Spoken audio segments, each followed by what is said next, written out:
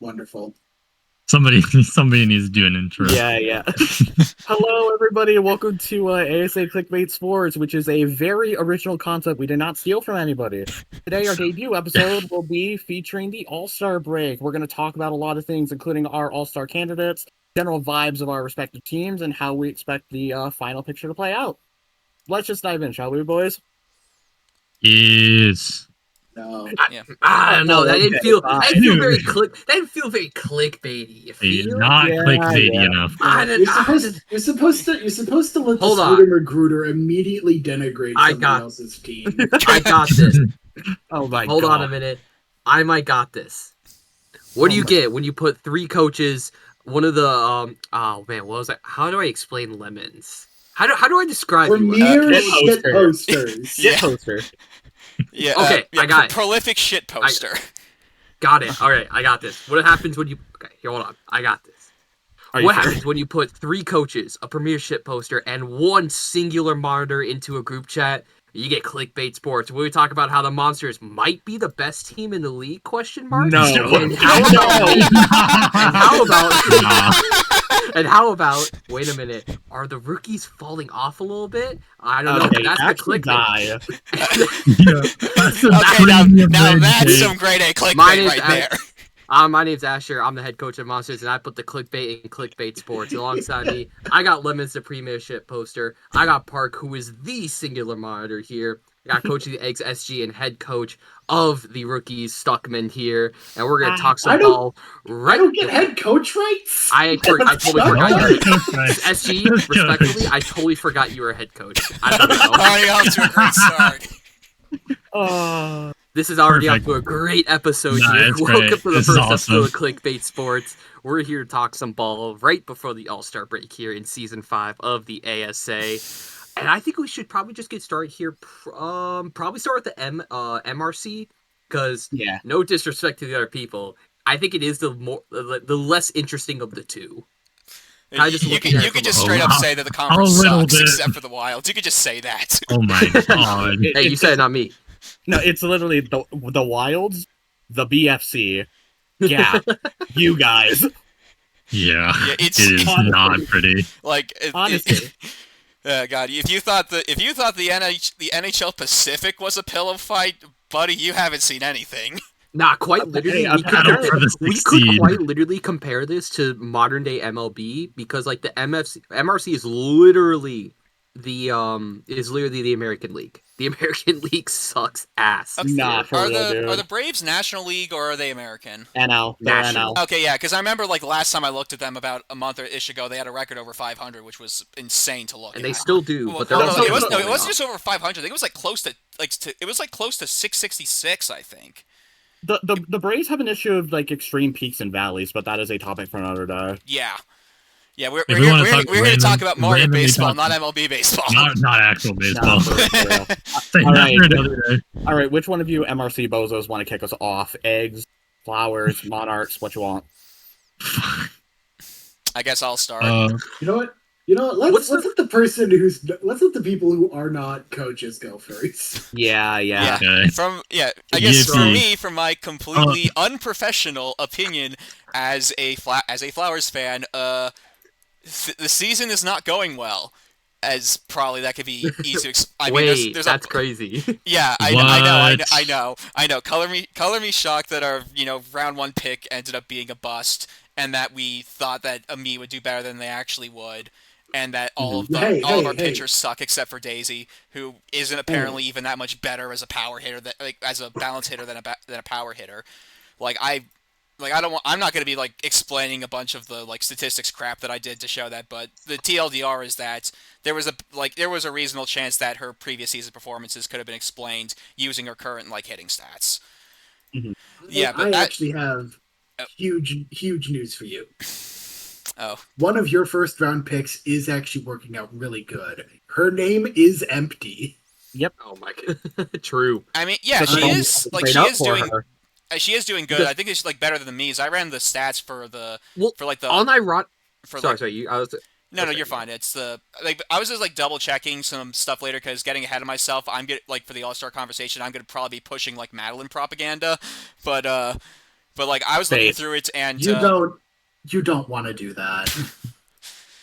I mean, We Head on shoulder. no, To we be fair. Yeah, but- we already saw how yeah, how but like in me terms of and the stuff like All-Star went last RBI, season. Empty's currently up at the top, and even with the recent home run from Falcon, Empty's still the highest. Here's where I mean, I guess I'm going to say this real quick. I guess that makes a lot of sense because power class Bs are like actually good, like decent. Actually, I'm not going to say good. Theory. They're decent. Theory. They're decent hitters. They're So decent I do need to also deflate this a little bit. Yeah, I No, guess even after- getting Even back. after literally, even Getting back after- to discussing the season from hell that isn't that like apparently is not even the worst thing because there's other teams that are in super hell. I gotta say, like, I don't think I've actually felt kind of like the sort of pain of just being like, oh god, how is this team going to lose this time? Be it like off of like one error, giving up a bunch of runs, or like just getting absolutely curb stomped by a good team and just like seeing the best you can do is garbage time home runs. It's just sort of a matter of like, is this really going to turn into the same story as last time where it's like there was... Okay, well, it's slightly different because last season there were no expectations and then they start out hot and then came back to earth. This season, there was expectations and it went terribly. But essentially, it's like, all I will say, I guess to cap this off, is Hammer Bro has actually woken up. KB did like something once out of 9-ish games. And unfortunately, we will have to be stuck with a mid hitter and good pitcher with balanced Daisy. I mean, I guess a quick thought before moving on. How different do you think this season would be going if you guys chose Wiggler instead of KB?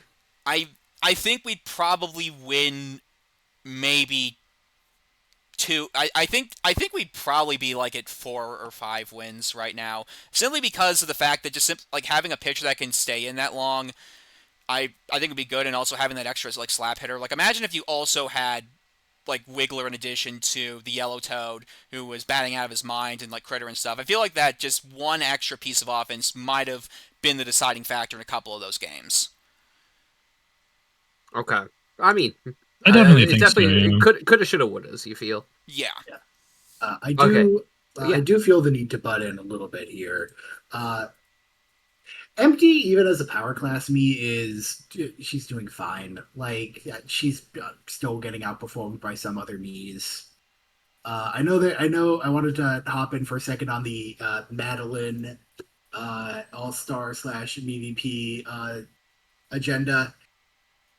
Sigourney's still doing better than her, even though she went 0-3 tonight. Like Madeline's fall off is, I mean, like bad. Like She's a when I'm leading checking. anybody bump dog. Yeah, like I'm just like sort of checking numbers when it comes to that. Like yeah, her batting She average has- is worse, but she does. As of going into this game, she was like tied for second with the second most RBIs of Mies, which is funnily enough a 3-way tie between her, Spectro, and you. Sounds right. Yeah, it's like the RBIs is one thing, but RBIs can just kind of be anything, especially with like less valuable players. That's way more of a crapshoot. Yeah. The one thing Madeline really has going for her is that she has 3 more bunny jumps than like Sigourney, but Sigourney also did just make another double play from the outfield today. So she's at like having done 4 of those on the season to Madeline's 3 because they only get 8.5 credit for it. Yeah. The other thing I would like to say on the subject of the flowers is you're welcome for waking Hammer Bro up. Proof attached. Oh, good lord. Wherever Yeah, will okay, achieve yeah, MVP that's form okay. tonight, I believe. You gotta find. You're not wrong. But if you will look at the date, you will notice that this was 2 games ago. Wait, no, this is from a week ago. This is from a week ago. Yeah, this was. Wait, how did we You've playing that manifested game, it into actually? existence. Yeah, Oh my that's the- god. That's the one where he went dummy on. Oh, Park yeah. again. Yeah, Yeah. dummy on Yeah. Park, but it wasn't enough. Buddy out, 2 RBI home run, 2 No, RBI I home think run. they won that one. They Didn't won that one, yeah. Yeah, It was 11-5. Oh yeah, that was the one against the Monarchs, right? Yeah, that was Yeah, Monarch that was game, against not Monarch. Rookie. Was that? I think that was the first one where we played like the new lineup. Yeah. Yeah, Yeah, it was. that was the one with Funky, where Oh, yeah, that was Funky with immediately Funky. went off to a tear. Yeah, that was the one where It's you also where he it's woke up and also the got like game. 5 RBI, and that was that was also the last game that had Mhm. Green Critter and Yellow Toad in it. It was, yeah. Because technically that massive gap that was scored on them was like a all error / unearned or whatever. Yeah, So what ended Will up like just tipping that called from it being a good. close contest to being like a blowout was that there was one was bobble one dive. error. There was one error from Green Guy that brought in 2, and then Empty got a 3-run bomb, but that was just 5 runs off of one error. Because the inning would have ended there if they'd actually gotten it. Yeah. They Yep. still would have won the game anyway, but it goes from being a close win to it would have been a 5-6 win compared to a 5-11 win. Sure. Yeah. But you're welcome for waking Hammer Bro up. I will accept my Coach of the Year honors. No. I'm doing so good that I'm improving everybody else's teams. No. So we can't win. I'm so good at coaching every team at once. That's so stuff, dog. You see, every team is actually just SG alt accounts. Yeah. SG, SH, SI, SK. The S in ASA stands for SG. That's depressing. That's really depressing. Okay, so yeah, if that's what I was taking care of, let's go Monarchs. Yeah. I mean, we've been again trading Birdo away, rebranding the Monarchs, having to deal with Peach and Peach her. Is doing great. She's batting .563 right now. She's doing even better than she was last season. Yeah, like going into this week, she was batting over 600. And like, obviously, because Funky hadn't played that many games, she was like leading the team for RBIs that were like still on the active roster of that team. I think that's how Funky, because it's Funky, but like, well, it's Funky, but like Boomerang Bro did pretty much nothing throughout the entirety of the season until the trade, and then Boomerang Bro's been doing some things for the Wilds. So like, it is again like it's a throwaway season. We had our moment in the sun with season 3. We were pretty good contenders in 4. This is our year of just like not really being all that competitive. I mean, we've had like the tank is going pretty strong, to be fair. We are in last. Our run differential is like -37 at this point. Yeah. Because we're relying on Star to Funky. I mean, he's actually doing pretty good. Yeah. The other thing is also just like the Monarchs aren't trying to. They're not trying to. Yeah. They're not trying to abjectly tank. They're still trying to at least put a like speed bump out there. We're not trying to tank, but we're also not that sad when we lose. Yeah. You are okay with losing. We're okay with losing. If we get a win, cool. It would have been really hilarious if we won today. Oh, it would have been incredible. Like if so goddamn fun. I think like literally if Elvas like didn't throw home in that instance, I think that you would have been like golden, because that one play like spiraled into they always like so many more hits. But I think it's presumably bases were like super loaded, so they always prioritize throwing to home rather than trying. I think it was just it was just a bunch of like RBI singles and in one of the innings that just put him ahead. Yeah. Oh, I guess also a fun fact about that. I was looking up to see if like that would be considered an error, but that would just be considered a mental mistake, which is not listed as an error as like a error statistic. It's just considered like a mental mistake. However, if they had made a wild throw when throwing home, then that would be the error, not the fact that they threw home. Yeah. Right. But it's the real like kind of dagger of fireballing as it is. Just getting single after single after single. The CPU was not actually programmed well to handle decision making with bases loaded. They will always try to ensure people like don't make more runs for home, or they try to throw the runner out at home, or so on and so on. And this usually just doesn't work. So people keep getting on base and scoring. Yeah, from what I've seen, they tend to either like throw home when someone's on third, or if it's like 2 outs, they'll like generally just throw to first. Yeah. They just prioritize run prevention unless they're like unless like they're already losing, or like, hey, it's like right next second base, you take the double play and give the run up or something like that. But whenever they can prioritize run prevention just in some capacity, they're gonna do it. They will, yeah. Yeah. I will do it. I will admit though, I kind of slept on Elboss because like low-key, like on the defense, pretty solid, aside like from the occasional like Yoshi bobble.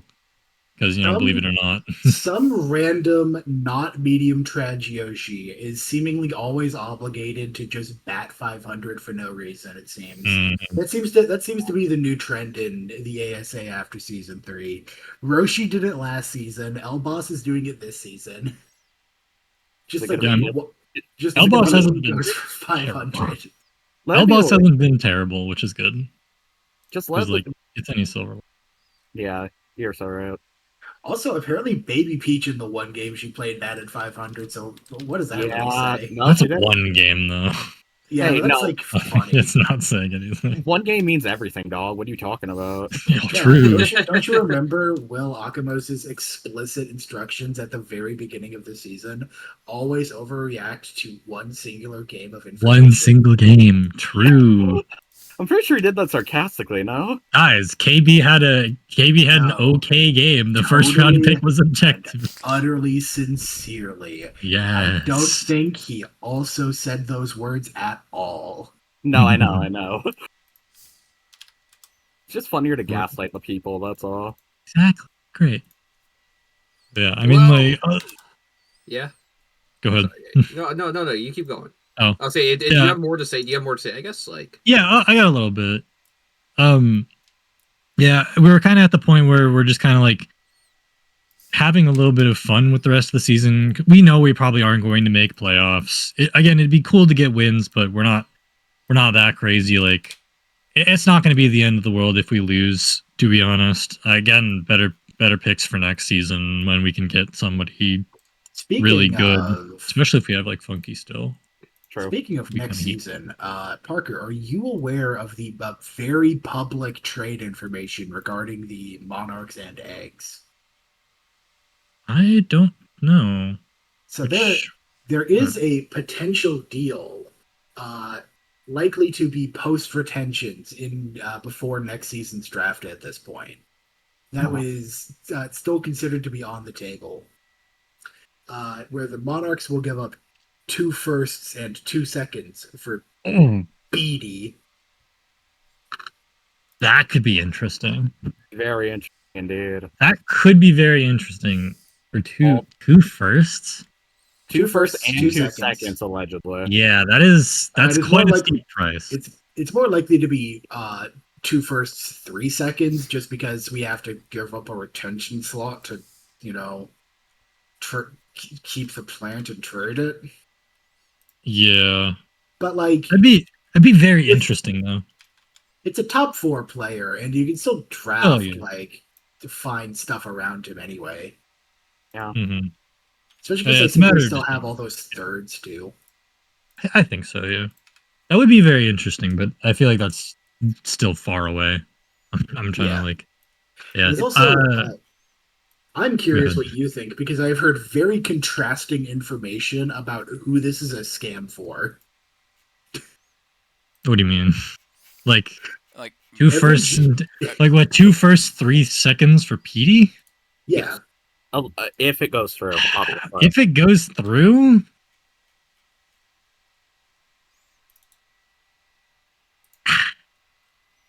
I feel like 2 firsts and 3 seconds is kind of a steep price.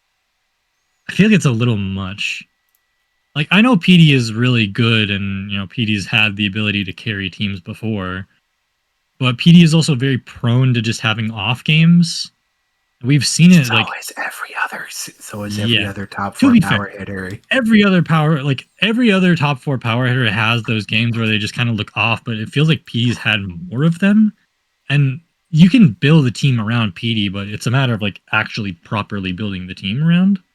Yeah. And I feel like you could get a lot more value out of the 2 firsts and arguably like 2 or if not all of the seconds to just build the team around that.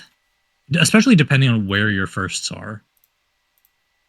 Yeah. No, like So, I fully understand that. But it's also just like people still really need to accept the fact that it's like, yeah, we're just getting unlucky with PD. That's it. It's like, oh, he's had so many down games. That's just what happens. So I think they can go look at like last season and you'll see DK looked like about the same. Yeah, DK I know was definitely struggling quite a bit last season until it's towards just the end. Somebody is always bound to hit RNG and just be super sad. Yeah, it's like the 4 power hitter curse. Like out of the top 4, 2 of them are like MVP caliber, and then the other 2 are just kind of like there.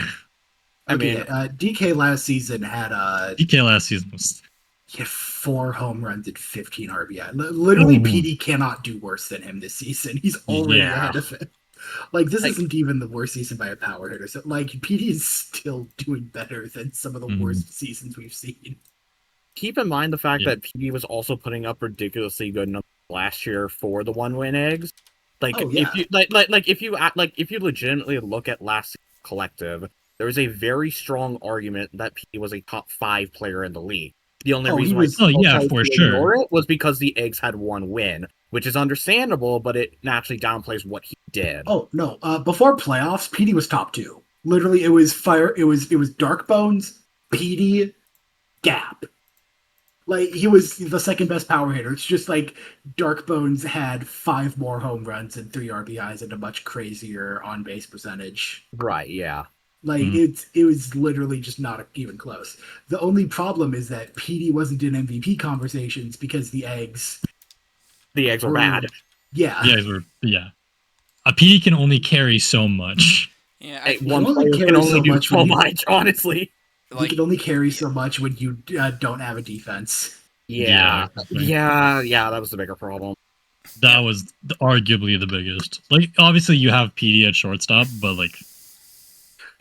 No, the issue is that like they legitimately did not just could not figure out who the hell they were fielding at second base, and they threw everything but like the right answer at the wall. Anyway, transitionary topic. Eggs time. Yeah, I was about to say I'll give my last bit. Yeah, make it fast. Yeah, I do think we have like some potential to win a game, and I feel like we could definitely upset some team, especially like I don't remember exactly what the schedule is, but I think we do have a shot, and we have the players. Oh yay! We do have the players to actually like kind of play spoiler, which I think would be really good. But again, like when we're intentionally playing blooper, that kind of is a pretty good indicator of where the season's going. Also, I actually something I'm realizing very much here. PD absolutely could do better than he did last season for the rest of this season. He's like 3 home runs and 5 RBI off from like matching his pace last season. So doable. Yeah, like he could just do it. It's just everybody else is crazier by comparison this year, so who cares? Definitely. Yeah. And just for fact checking purposes, you are playing Delta Zulu, Spectro, and Deuce for your last 3 games. So a win is very doable. Yeah. It definitely is. At least one more win. I feel like we'll probably end like 3-9. Yeah. Most likely. Okay, eggs. Let's do it. Eggs time. Eggs time. Yeah, it's like, what can you do? I was say, how much today? What do we really need to say here? It's like that game today. No, I just mean in general. Also for those listening in right now, when we mean today, we're recording this on July 10th, so it's after what week? Last and last end of game week of week 4. Yeah, after Game 9 or Rivalry Week Part 2. Yep. Or just like right before the trade deadline. Right. But there's like exactly one thing we could have done differently in the draft, and it was take like Boo over Yellow Madge, and like that wasn't super worth it. Like, we managed to get him for this season. Obviously, we had to do some extra trading around, but it's like this team is about as good as it realistically could have been, given everything that we could have done. We're in a much better spot going into next season, assuming our retention's hit. Which obviously, if we lose Petey, we like who cares about what happens next season? Sure. Like it's literally just like, oh, you lost one of the top power hitters in the league. Yeah, explode. Man, I wonder how that feels. Couldn't be me. Couldn't be you. You totally didn't have a backup top 8 power hitter, just like on the roster with Green Critter also later in the season. Hey, could you imagine? Could you imagine?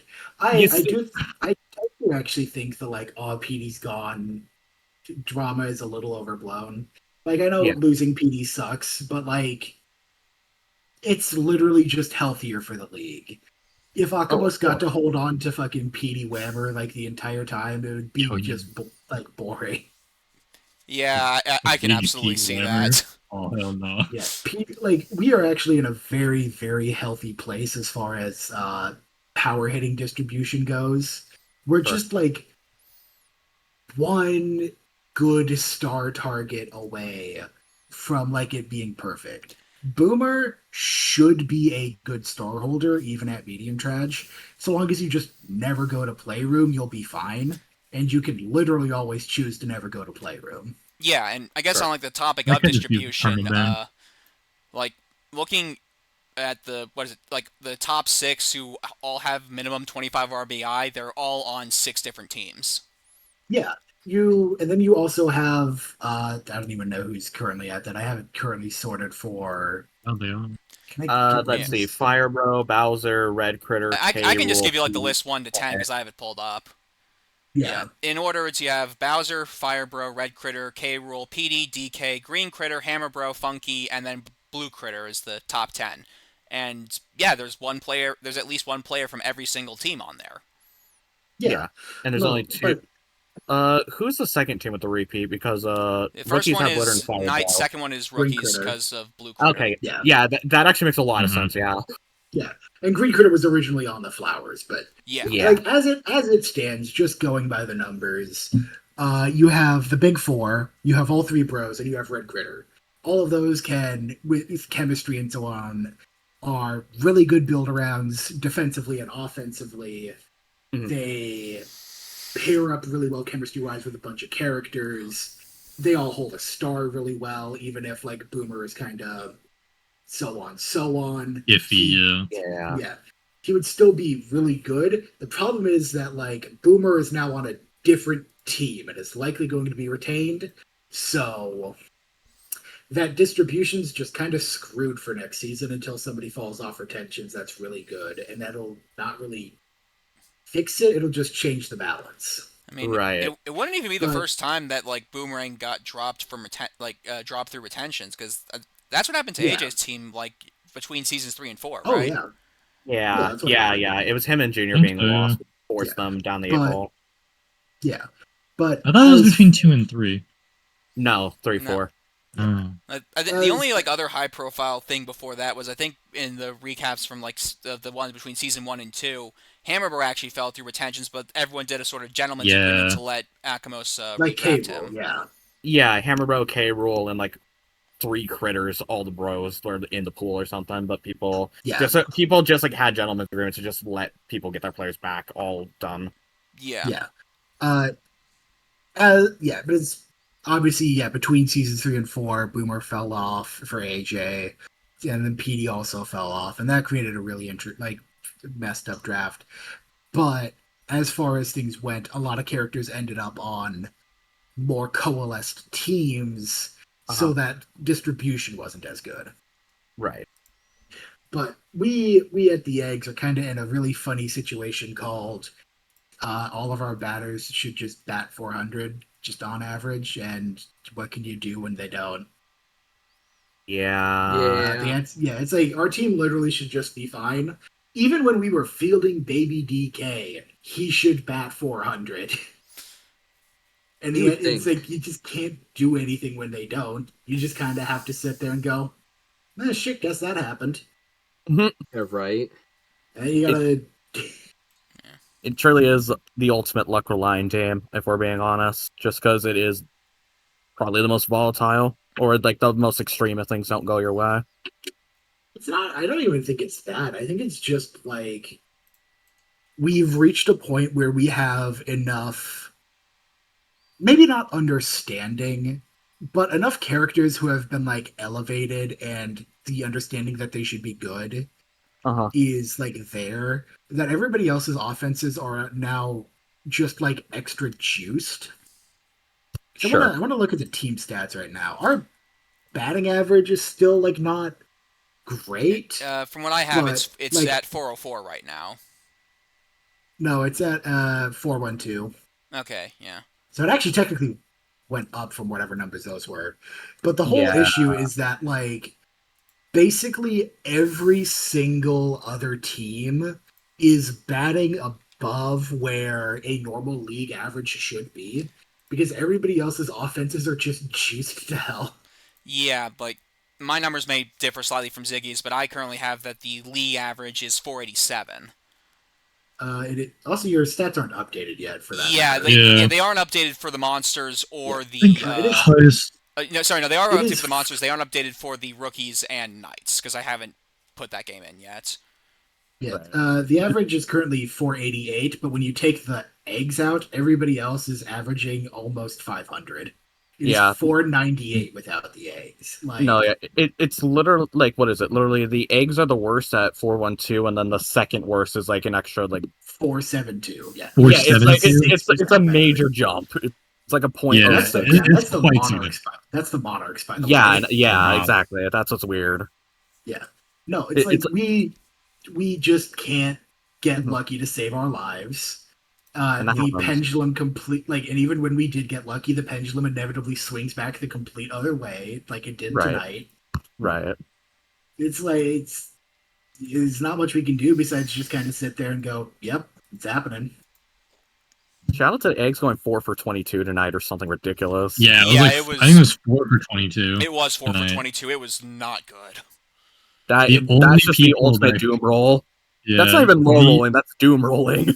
Oh, yeah. The only hits were Sigourney single. Yeah, Sigourney single, Roy Page homer, Roy Page single, and Yoshi single. And Yoshi single. We were exactly one bat away from going a perfect 3-up, 3-down. And of course, that one bat was the home run. Home run from Roy Page. Yeah, I guess speaking of, shot, by the way. I do have a question about that, because I'm not sure if it is the terminology, because I know that 3-up, 3-down is like you only have 3 batters in the inning, but does that also apply even if one batter gets on base but then gets thrown out the next play on like a double play or something? Yes. Yes, because that's just the total number of batters that appear at the dish. Okay, yeah. For some reason, I thought like it was specifically like each of the batters failed to make it on base, not that it was only 3 batters in that half inning. Well, then that'd be referred to as like a no-hit or a perfect inning. Yeah. Mm-hmm. So, any other notes on the eggs or nah? We've just had to deal with just the worst trade offers like all season, man. It's been so bad. I'll take PD for a 7th round pick. No, that was my offer. What the hell? Oh, come on, man. I'll give you some paper clips and a Subway coupon. Oh, you want You want to talk? You want to talk your offer, Stuck? No, okay, come on, they weren't even that bad.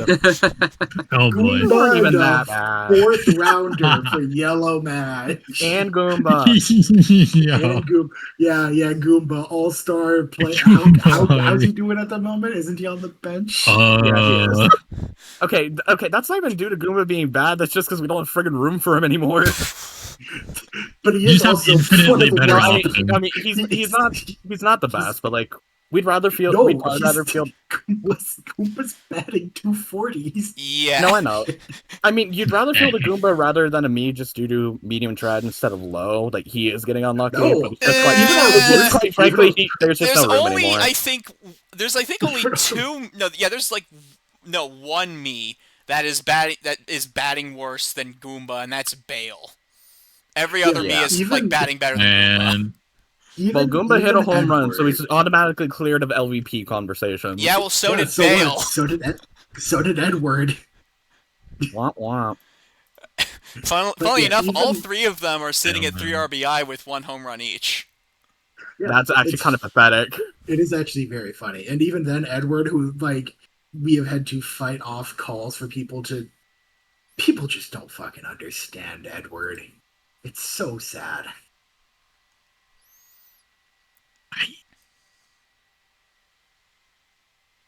Yeah, I feel like Edward's always kind of been Edward's always been in a strange place because 99% of the time Edward does literally nothing, and then Edward will just randomly pop off in a game or two. Sure. It's like he's doing bad even by expectations, but it's whatever. We need a starting pitcher. Well, you're always going. Yeah, you're always going to play me as a starting pitcher. Yeah. Yeah. But I mean, I guess among me's, he's one of the better ones in terms of just R7 and ERA, but that it has the heavy qualifier of among me's. I don't know if you want to count Goomba because they only pitched 4 1/3 innings, but Goomba had a lower ERA than Eddie did. He had a lower R7, not a lower ERA though, because apparently there was some runs that Eddie was unrun. Before that Wilds game, Eddie was in the pitcher of the year conversation, and even after that, he's still doing fine. He's doing good, but when you have someone in the race for pitcher of the year that includes Luigi, I don't know if there's any contest for that. Well, no. No, it was more so he was in a very good volume, and he was in the same situation Empty was last season. In fact, he was doing better than I think RP was, and RP won pitcher of the year. Sure. But it's just people don't understand he's there to be a stamina eater. He should be batting better than he is, but yada yada yada yada. If we get rid of him, I don't think they literally understand that it means Baby DK comes back. Oh god. I think they kind of forgot that they were begging us to bench Baby DK earlier in the season. Aren't overreactions a beautiful thing? Beautiful. But it's I don't know. One of the greatest. One game, by the way. Yep, one game. Two games. Yeah, 2. Pretty sure. Oh yeah, 2. no, that's right. Yeah, he did. Oh, my bad. 2 games. Yeah, 2, and he was 1 for 7 on hitting. Would you rather play 1 game or 2 game? Would you rather 1 hit or 2 hit? Would you rather $1 or 2 hit? I mean, it's we've done everything we possibly can. It's for as much as Akamos talks about I did all this testing and we should be doing really good. We also did that. We did as much as we possibly could. It just comes down to RNG at this point, whether or not we succeed. Well, yeah. Mm-hmm. That's partially true for everybody, but in a team that's especially volatile, you're only going to get so much. Yeah, it also just doesn't help that I think we are one of the maybe 2 most bullied teams in the league. Really? Yes. I could see that, actually, yeah.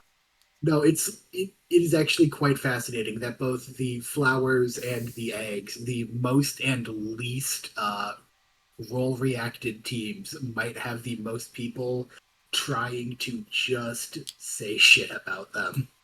I mean, it's clearly the Flowers have been it's either been like the most talkative fan base or the one that gets the most attacks this year, like whatever terminology you want to put on it. Attention. It's definitely them at the top, like 100% objectively. Well, it could just be like a side effect of it being like Akimos' theme. Yeah, that's for sure. That's probably For why. sure. That's probably why he has like the most fans in the first place. Just because like, oh, it's the figurehead, for sure. people are gonna gravitate towards them. Also, yeah, especially like, and a lot of people who start. Oh, sorry. Sorry, I am gonna have to head out here real soon. But I would just like to take this one moment to all the people listening to this wonderful podcast. I don't know, be normal, respect Akimos, and like go and talk about like cope or all that shit. Don't like disrespect the fact that he and the eggs are still trying to win this season by calling our games tank bowls. I don't think you know what that means. Be normal. Good shout. Like, no, that's a good shout. Be nice to the person who made and runs the thing you like if you want there to be more of it. Rude. Truth nuke. All right. Well, I hate to be the bearer. Before I go, I do have to give the wheel update. The wheel is currently, I believe, 7-5. Wait, Wheel's going to playoffs? Nice. Okay. What? Wheel is going to playoffs. Parentheses. We still have 12 more games for it to predict. The real judge of if the wheel makes playoffs is if its total, wins and losses for what it predicts divided by 2 is better than whoever the 6th seed actually is. If I had been doing the wheel predictions from the very start of the season, it would be divided by 4. Right. And I mean, even then, that's still very likely, just considering, like, at best, the 6th seed is going to be a 5-win team. At best. Yeah. And even then, a 4 is probably more likely. Hey, you never know. Wheel could get them all wrong from here. It's very possible. 7 and 17 is pretty bad. Divide that by 2, that's only like a 3-win team. Actually, it's 3.5. How do you get a half win? You always round down. You always round down. It's either a win or it isn't. You can't have half a win. No, yeah, you can't have half a win. You have to round down for wins and round up for losses. You can never be too nice to the wheel. Yeah. I mean, but if we are assuming the wheel is doing straight coin flips, and what is it, like 12 games left in the season? Yeah. Yeah, the chance that it gets every single one of those wrong is times 100 is 0.024%. Here's my question. If it's tied, like, say it averages to 4 and 8, and we have a 4 and 8 team, how is a tiebreaker decided? What is Wheel's run differential? No, the wheel gets in because of aura. The wheel's run differential is it determines how many times it correctly guessed the team ahead of its game results, and if it predicted 50% or more of those right, it gets in. That's so stupid. I love it. If it was more right than wrong.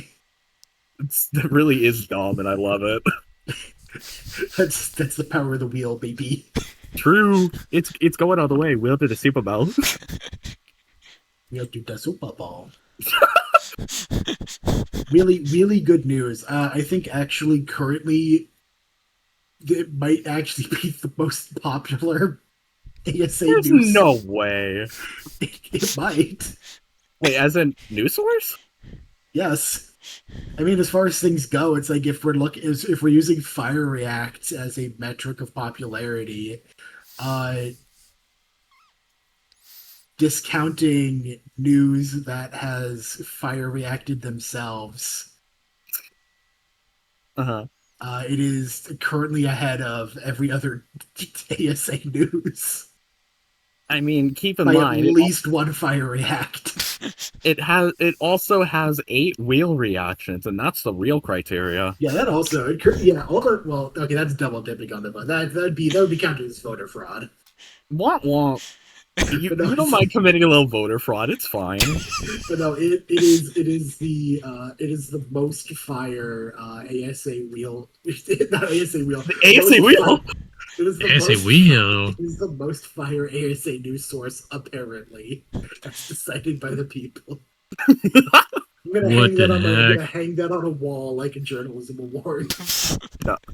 I will literally make a shitty fan art for the wheel, and you can put that on the fridge. Hell yeah. It's gonna be the thumbnail for this episode. No! Tomorrow I'm gonna boot up MS Paint and freehand a circle and just have the segments be the thing for the thumbnail. No. What you do is you take the ASA Clickbait Sports logo. You get rid of all the lines. You get rid of all the lines in the middle, and then you make it pie chart wedges, or you make it pie wedges for whatever the wheel results are, and you put all of our names on one of them, and then somebody has to be covered up by the indicator. It'll be you because you're the You're the wheel guy. Yeah, the wheel. Yeah. No, yeah. Oh no, you're on the mouse, and the 4 of us are just like visible. No, that's where the ASA is. So you're not controlling the ASA. The ASA though. No, despite the fact that SG could stand for shadow government, I'm afraid not. Oh man, actual shadow government. What does it even stand for, anyways? Honestly. Okay, good combo. Good comment. Yeah. All right, y'all have a good night. I hate to break it to you. We're 45 minutes in. We've only talked about 3 teams. We need to lock in. We're waffle boarding. It's fine. Figure out the rest of it. Wait, what? Here. Half of this is going to be waffling anyway, so like we're waffling. This is your problem now. Isn't that just what clickbait is? Like obviously productive, but quite a bit of waffling. Oh yeah. Yeah. Isn't clickbait only like an hour long though? No, they have a lot of hour and a half. Okay. Yeah. All right. Good night, everybody. Good night. Good night, goat. Yeah. Finally, we can talk about what we think about the eggs. Nah. I think they're finishing 9 TBH. The wheels get overtake them.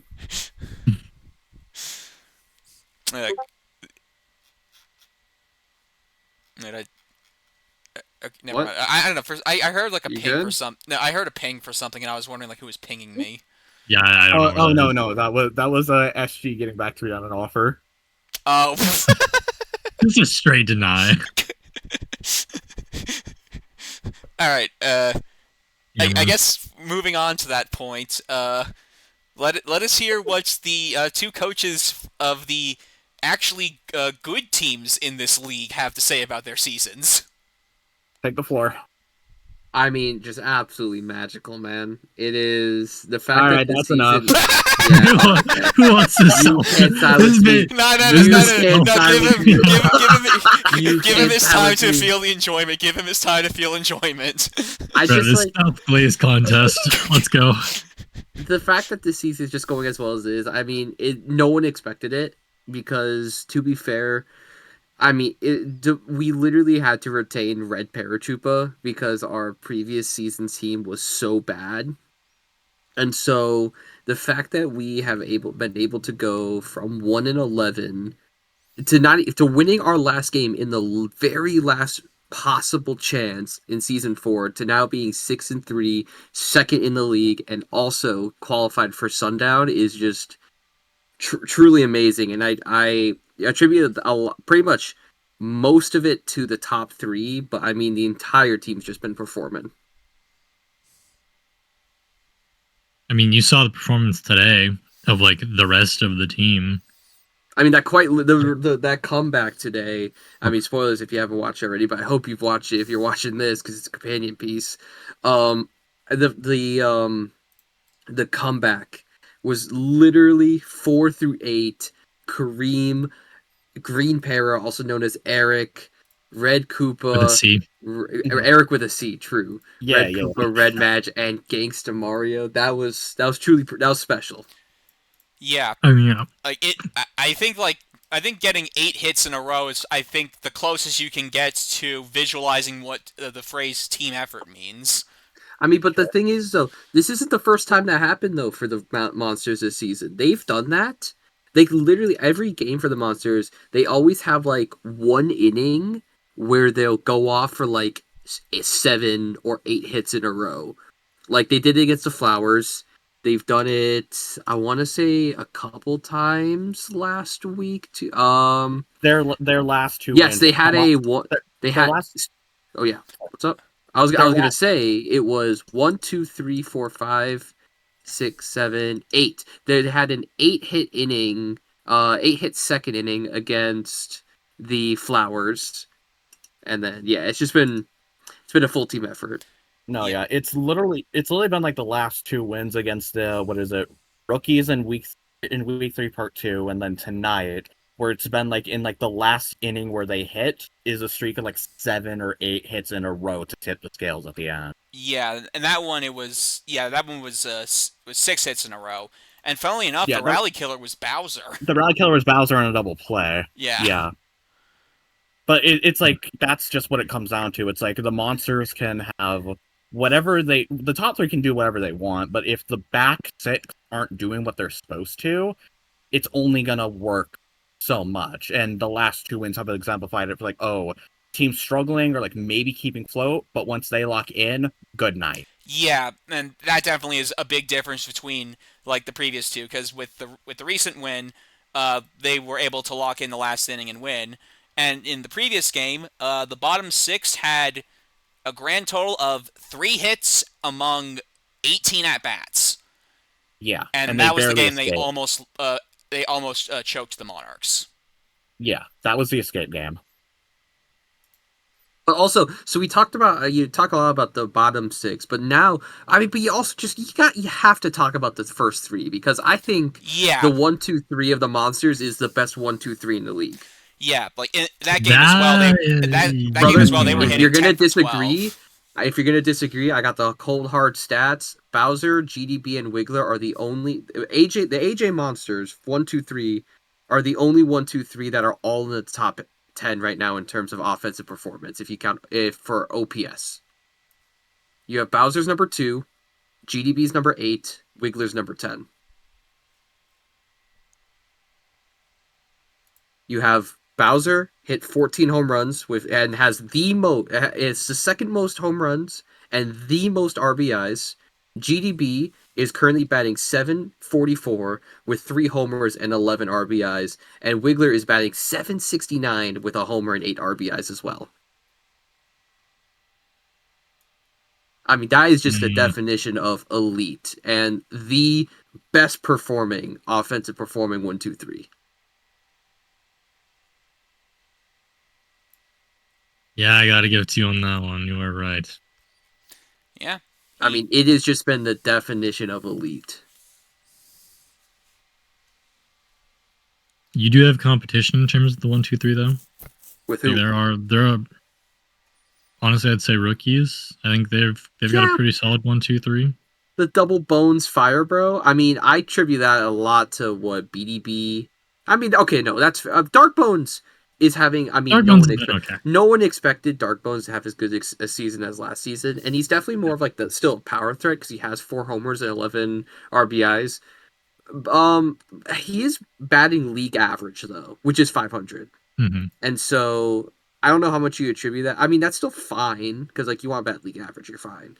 But I feel like if you're a slapper, kind of like if from my outside perspective, Spectro's team is very similar to the Monsters, where you have your 2 slappers into your big power hitter of Fire Bro, but one of them just tends to go rogue a little more, and that could be a problem going forward. Well, I mean, that's just the natural cause of a speed class charging 30% and balance charging 40. Correct. To be fair, though, if we're going to play devil's advocate, if you want to do a direct 1-for-1 comparison of like those 1, 2, 3, since they're built so similar, Dark Bones is more likely to do damage just because 1, he has He has a superior charge power, obviously, but also he has potential to have a red counterpart on base anyways to actually make it more likely to go out. So if one goes rogue, you're probably more fine with it being Dark Bones, but ideally neither do. And that's fair, but also it hasn't happened yet for the AJ monsters, and that's not the plan. Because hey, all I know is that GDV and Wiggler know their place, and their place is slapping for Bowser. And it works, and it's been working. Because I'm saying it right now. I think Bowser is like there's like 2 MVP candidates right now, and it's Firebro and Bowser. And I'm hard pressed to say I think Bowser might be the front runner. Yeah, okay, you're just biased, but it's still Firebro, but it's very close. Yeah, right. Why is it Firebro? Oh, he's off. We've had this conversation before. Firebro Offensive Player of the Year. Yes, fully agree. It's more than that though for MVP. It's more than that. I'd still argue Firebro's defense has been more impactful, just because he does more at his position compared to and Bowser. Yet Bowser has single-handedly. That's because he doesn't have like Captain Flag or pitching priority to actually come into pitch. Right, but that Bowser single-handedly has won 2 games by himself because of not and only Firebro his pitching, won but 4 also by himself. Just batting though. And so, Offensive Player of the Year, valid. I get that. Fully agree. But MVP is more than just batting. Yeah, Plus, I know. It's not even I know. Firebro is almost like Firebro. If we're talking like triple crown of average RBI and home run, dude, Firebro's almost doesn't have 2 of the 3. Bowser's 1 home run away from catching up to him. You're gonna naturally push Bowser propaganda though, but that's just your own steps. And so you're gonna naturally push Firebro propaganda because it's your player. I don't disagree with any of that. It's just call a spade a spade. I know, and I agree. I just think the fact that you're solely pushing the offensive player, and that's what that offensive player of the year. Oh, I have never said that. If you rewind back 3 minutes, I remember saying that's like, if you want to talk about the other side of the ball, which is very important, I'd argue that specifically Firebro middle infielder compared to Bowser pitching, Firebro has probably done more, but in fairness, that's because he doesn't have priority to get moved anywhere else. And that's where we disagree. So naturally, he's going to be at that spot longer, but with some spots of, be it like defensive clutchness, good jumps, Ken throws, whatever, that alone has been enough to keep the rookies in it, even if it's him saving day on the other side of the ball anyways. Which is why it's like if AJ has a higher record in terms of winning than Spectro, does Bowser win the MVP?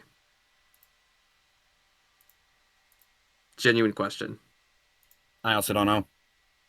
It probably comes down partially to individual status and specifically how much does both players. Do you think the average both players actually do for their respective stuff? Do you think the average viewer is going to look at that though? I mean, the average viewer only does so much because those polls are still heavily weighted for the GM and coaches' opinions. Do you think the other GMs are going to think that? I mean, Genuine question. If you look I would assume that they would look at all facets of it. I mean, they're gonna look at it. It's like, I mean, obviously, I don't know. Like, I'm tapped into the circles, but like, I don't know what everybody's thinking. But it's like, if you assume Spectro votes Firebro and AJ votes Bowser, obviously, you're gonna push for your own players and your own staff, obviously. So if you exclude those, out of the 6 remaining, I'd assume it's probably 4-2 Firebro. I could see something more lopsided, but I'm just gonna assume 4-2. Just because people probably think, I don't know, or people might think like, oh, the monster's bottom 6 has done more than the rookie's bottom 6. Ergo, what Firebro has done to keep the rookies afloat is more impressive because the supporting cast has been weaker, and that is kind of a fair argument. I mean, what's your okay? Well, yeah, you do have Goomba. Shout out Goomba. But then also, if we do a direct comparison of that way, your Goomba would be compared to AJ's Kareem, and technically which is Kareem is batting 250, Goomba's batting 240, Green Paratrooper is batting 310 right now. Let's see. Akamos hasn't played, so I don't care. Red Guy's batting 368. Gangster Mario's batting 412. So we've only had him for like 2 games though, so take that and like Blitter stuff with a grain of salt. Oh no, I'm not counting. Yeah, I mean that's fair. But again, And Gangster Mario has Parkland's played all 9 great. games, is batting 412. Green Pear has been pretty much the guy for the last 6 games. He's only batting 318. Kareem's been same thing, 250 in 6 games.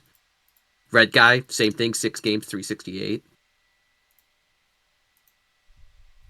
I would argue that the hits that they've gotten are obviously more impactful because we just talked about the bottom 6. The hits that they do get are impactful, but like during the middle of the game, they don't get on base. They just don't. They have 1 inning, and then outside of that 1 inning, they do nothing. And I'm just trying to use general rationale or like what could like. And yet, I push it so hard because all the time we get downplayed for everything, man. And it's just so tough, dude. It's so tough to hear. And it's just like, I don't know. I get it. And so that's why I'm pushing so hard. Because I do think he is. I do think he is the MVP. And it's just going to suck so hard if he doesn't. Because he's had truly such a good season. And because of 1 fucking high roll that he doesn't get it. It's just so tough. So tough. We're literally in the same situation where it's like 2 extremely similar archetype builds with 1 guy carrying the float, but naturally because the rest of the roster is weaker, they don't really quote-unquote stand up to the big 3 of what Deuce, Cyber, Corbin, at least in the general consensus. Yeah. Like we're way more similar than you think we are. Like honestly. The more you look at it, the weirder it gets. Oh, I know. I know that. It's just it feels so bad. Whatever. Whoever loses MVP is gonna feel so bad, man. Which is depressing to think. Yeah. It's not like you can even. I mean, you technically can do co-MVP, but if we're going to be honest, that's high-key a cop-out. That's such a cop. Unless somehow the voting makes it so that they're exactly tied. Tie would be. It's never going to happen, but like. I mean, but it could. If both of them are able to keep doing what they are, and Bowser's able to kick up like the slack he's behind in, then there would be like a legitimate argument. Like, okay, if there was a year 2 co-MVP, this would be it. But we know it's not going to happen. Let's be so honest. And you know what sucks too about the Monsters as well? Bro, then the rest of the Monsters have the hardest schedule for the rest of the season. Because guess who they play? The other 3 6 and 3 teams. Yeah. It's Deuce Cyber, and I think it's Corbin again. Yeah, Deuce Cyber Corbin. Yeah. That's literally the other top. That's a really tough schedule. No, yeah, we're still in a situation where it's like with like what 1 game exception, it's the top 5 cannibalizing each other, and that will determine who gets the buys and who doesn't. I mean, quite literally, it's crazy though because Spectro plays. Yeah, Spectro, I mean, it's Corbin, Cyber, Y Guy. So that Y Guy game is the one I don't want to say like tossing aside because obviously any team can beat other, but if we're talking specifically top 5 cannibalizing each other, that's the outlier. Yeah. Yeah, because shout out BFC, bro. No, it's literally like you want to be second or third because like we know Deuce is going to get the bye. That schedule is too Mickey Mouse, and they have probably the best roster in the league. They're going to get the bye. Or at bare minimum, they're getting the bye, probably the 1. So you want to be 2 or 3, just so you avoid the other team in your conference around longer. Quite literally, there's a very real possibility Week 6 determines the 1 and 2 seed because it's AJ versus Deuce. That could maybe. It's definitely possible.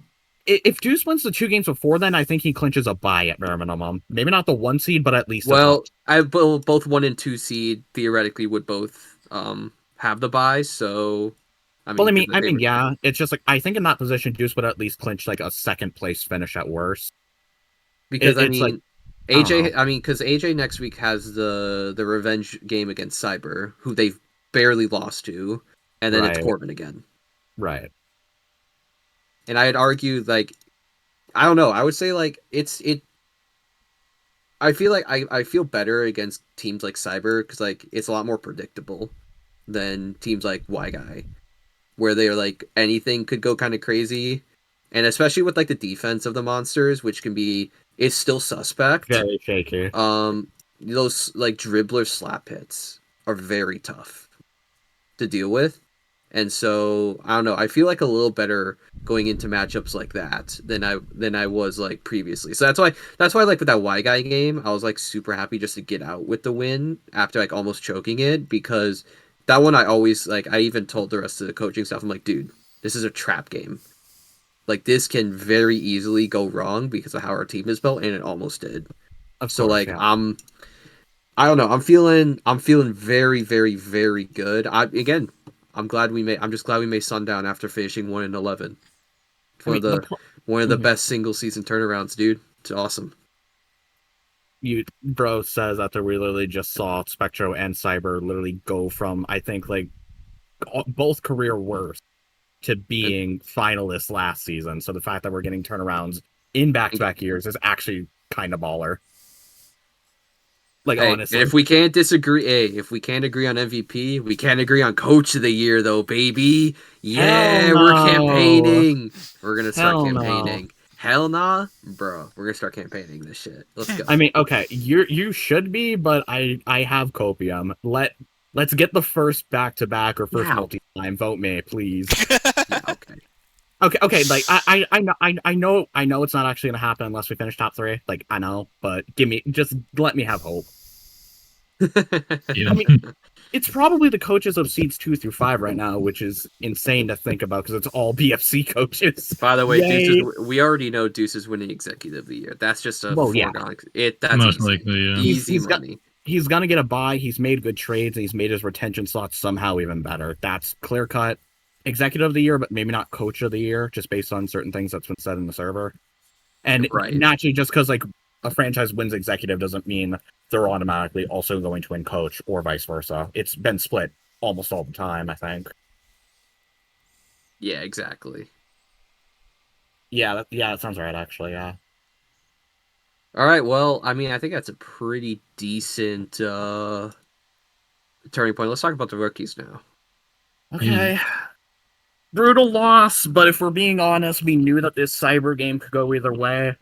One could argue that they're just basically our team, but slightly better, which is pretty fair, if we're being honest. It's just our power hits, our power threats are spread a bit far out more than theirs, since they tend to do 4-5 rather than 3-8 like we do. But naturally, when Luigi just throws like 4 innings of 1-run ball and hits a random 3-run bomb down the middle, like, you can't really do anything about that, unfortunately. It really just came down to Luigi was just the difference, which is weird to say, but I guess that happens. I don't think we regret, or at least personally, I don't regret any single decision that I've made or staff has made.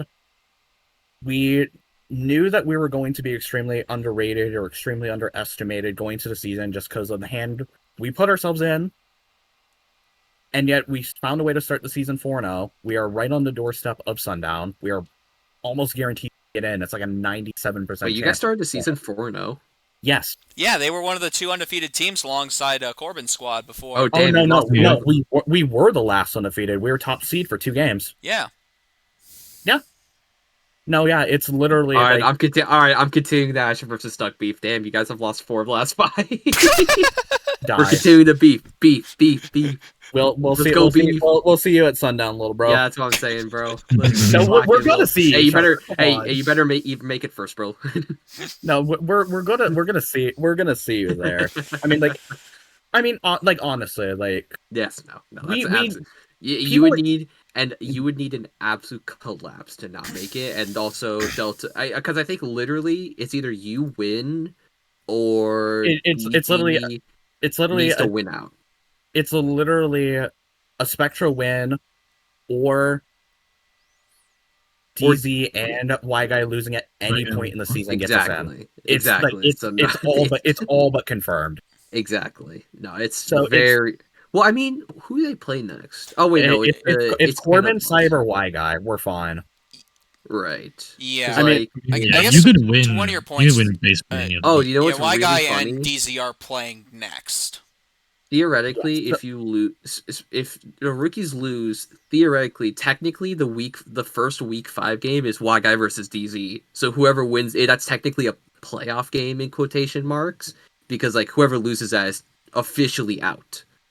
For all intents and purposes. Exactly. Yes. Yeah. I mean, even and you that, are, yeah. Just And again, it's very much a when rather than an if, but like there's a very small if. I mean, like the only way that I think the Eggs or the Monarchs jump the rookies, because if the rookies lose out, they're 5-7, and if the Eggs or Monarchs win out, they're also 5-7. But you guys have, but the rookies have a +10 run, and the other one is -31. Yeah, plus right, 10 exactly. RD and so -31 RD. Like I don't know if they're going to be able to make up 41 runs worth of RD in 3 games. Which is absolutely. Which is why I say, like, I mean, like, it's not like clinch, but like, come on, you know. And it basically is. And it's literally like people knew that we were, at least in theory, going to have a rough season. People automatically pegged us as like the worst team, second worst or whatever, just because like say that was literally the Monsters were pegged as the worst in power ranking. That was Will specifically, and I was never on board with that. People like, but the general I feel like people consider us bottom 2. No, it was right. The general consensus was always like AJ 6, and then like pick your order between Spectro and Y Guy as the bottom 2. More people having Spectro at 7. But no, it's like literally like, oh, we had 3 great retentions, no picks. We found a way to like slowly upgrade, buy in again to try and get our goat a ring, do everything we can, and ultimately at the end of the day, we have a similar team to last, obviously weaker, but also in a much closer overall field, so it's fine. This team can beat anybody. It can lose to anyone, but it can beat anyone. That's really all you need. And considering where everyone had us before at the start, I'll take where we had. People and you know what's really funny? You guys are in the same exact position next year too. No picks, only relying on retention. It's the exact same situation as which is why it's like you can't really afford to count us out, because we literally dug ourselves out of it. Why we literally dug ourselves out of it? What's to say we can't do it again? That's a later issue, though. Well, I would also say, is it entirely out of the realm of possibility that after a season, people are going to be a lot more wary about trading with the rookies because they know you're going to do it again? Like it's kind of the same of like, fool me once, shame on me. Fool me once, fool me twice, shame on you. Fool me 3 times, you're that guy. I mean, sure, yeah, but I mean, even then, like, I've mentioned it before in here, but just like for the people, we knew that it's like, okay, Y Guy has 5 picks in the first 2 rounds with at least 2 really good retention picks, and maybe they're going to go get PD and let the Eggs be the god team. Will has, I think, 2 first-round picks now.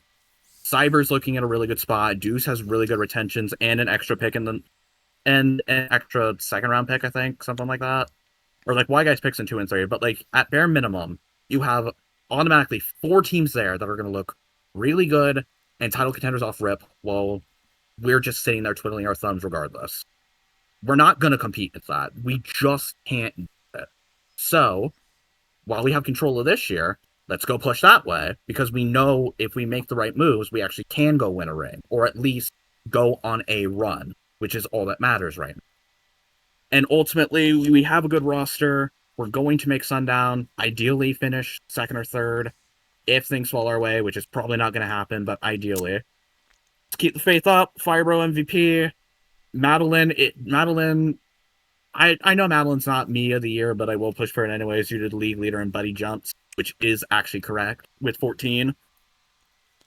And yeah, just have faith in the boys. We're going to beat Corbin, hopefully. And yeah, trust in the Spectro squad, trust the vision. Okay, so pin this point when the rookies end up not making the playoffs. I will legitimately leave ASA if that happens. I will leave ASA. I think Stuck would actually become the Joker if that happened. I've done literally everything I've done literally everything I can to help this team and like get Spectro on the right path. If somehow this ultimately collapses and his true bottom-look status rears its ugly head and we miss the playoffs, I will just leave. Straight up. Okay, probably not actually, but like you would not. Okay, yep, clip that and clip that right there, and clip that right there when you see. No, it's totally Oh fine. man, That's totally fine. But no, we'll be fine. Firebro MVP, Madeline Me of the Year, even though I know she's not actually, but I will push for it anyways because she's my girl. All right, you guys want to talk about these? You guys want to talk about these other chuds in the PFC? Oh yeah, Corbin, he's there. And he's there. His team is good until it isn't. Yeah. I know much as I how the fuck did they lose the game today? As much as I rag on the monsters, I low key think the muscles are probably the weakest team on paper. Honestly, which is weird to say. Yeah. Which is weird to say because it's Toad, Pianta, Toad, Star, Buff, Ritter, but like, I just don't get a good vibe from them. I don't know what it is. I don't know if it's Mav just being bad, if it's just the constant bad breaks going their way, not trusting the depth. Like, I don't know what it is. The bottom is more likely to fall out on someone like the monsters and maybe the rookies. It's just the muscles I have a really bad feeling about. I don't know why though. That's fair. The Corbin playoff curse continues again. Well, I mean, we're gonna figure out like what's the curse. Is it A, Mario, B, the Fireball's moniker, or C, the entire Mr. Murphy Corbin franchise? One of those three is cursed. We're gonna figure out which one it is. Yeah. Because if Corbin and Deuce win at least a playoff game, it's clearly just the Fireball name. If it's just Deuce loses and Corbin wins, then it's just Mario himself is cursed. But if Corbin loses, then that entire franchise just to burn everything down and start anew. Yeah, you might as well just rebrand the Spitballs at that point. Well, okay. No, that'd be the thing. It doesn't matter what you call that franchise is cursed. Yeah. I mean, that's kind of like the whole point of it is like if they still lose even when rebranding to the muscles. That's kind of like the whole point of the entire franchise is like cursed to its very foundation. Yeah. So what's the catch? The Knights are going to beat. Okay, so it's literally going to be like what is it? Monsters, Rookies, Muscles, and Knights as 2 through 5. The Knights beat the Muscles and then sweep the Wilds to have both just get completely screwed, and both are cursed forever. Got it. Noted. Yep. Interesting. Yep. And then Family Feud Game 3 in the other semi for Cinema. Yeah. Hey, speaking of Cyber, for his team, I still... I hate it. I hate it. For a neutral observer, the Rookies Knights games are always really fun, but I can imagine being one of the people who has a horse in that race is like really stressful every single time. Hey, can you guys tell that the Rookies lost to the Knights earlier today? Okay. I wonder. Okay, it's not like, okay, I have nothing but respect for Cyber and the coaches and all that. I legitimately do respect them. But can they please screw off? I'm tired of playing them. I'm so over it. That's now going to be 9 games at the end of the regular season on the last year and a half. 9 games. 9. I'm over it. I'm just over it. Rookies Knights might just be the most intense rivalry out of every team. No, straight up. It is. Because okay, I try. Nothing else comes close. Because it's the one where it feels like every single game could go either team's way. Exactly. Especially because these two teams are good. They're like championship contenders. They met in the season 4 finale. I mean, what? The widest margin of victory has been 4, I think. So every single and that was finals game 1. Oh no, it might be 3. I mean, every single game between them in the last year and a half has been in Grand Slam range, i.e., really can flip either direction. But it's I don't know how many of the viewers watch the streams, but if you notice in chat, I try to keep people civil or give their mind hey, this is just a game. Yep. Back off. Don't take this seriously. But I really go for it when it's Knights Rookies, because I have seen certain people in both fan bases completely lambasting the Knights, shitting on the Rookies, and getting a bit too personal. And don't like letting that fly. Just be normal. Be normal. Be civil, please. I don't want to single people out because like that's not what I'm gonna do, but it's just like I've noticed that's the one series when it can become a real issue real quick, even when the teams are not playing each other. So when they do match up, gotta hit the hammer extra hard. Right, for sure. Hmm. I get absolutely, and that again, But the stats, I love you guys. Oh yeah, like, it's a classic rival thing. Exactly, and again, it always boils back down to at the end of the day, it's all, don't take it that seriously. It's all just a game. We like to have fun during this, and here's the thing, and you might have heard this like during this podcast. All those things that we're saying, like when we say like E-Class, See You, and Sundown, it's never that deep. Yeah, I guess kind of like breaking character for a second is that a lot of this stuff is really just like for show or for like kayfabe because it fits the narratives, and also it's just straight up fun. Exactly. Yeah. So it can be really fun when it's not taken personally. Yeah, exactly. You just have to find the line. Yeah, because the problem is like even there are some times like that a lot of it is it's for show or it's pretend or it's kayfabe or whatever you want to call it, but like some of it still doesn't feel good when you have like. It still doesn't feel good when it seems like that you're the one who's being like the subject of all that stuff. Right. Yeah. So if you're ever just like curious, like if you ever like want to know what that line is, always just like ask before saying it. Be like, hey, is this fine? And generally people will be like, either be like, yep, that's okay, just make sure it's nothing too serious, or they'll tell you no, don't do it, and then you obviously just don't do it. So like, yeah, exactly. But anyway, so I kind of want to like keep things moving along here, because we have one more thing that we want to talk about before ending up.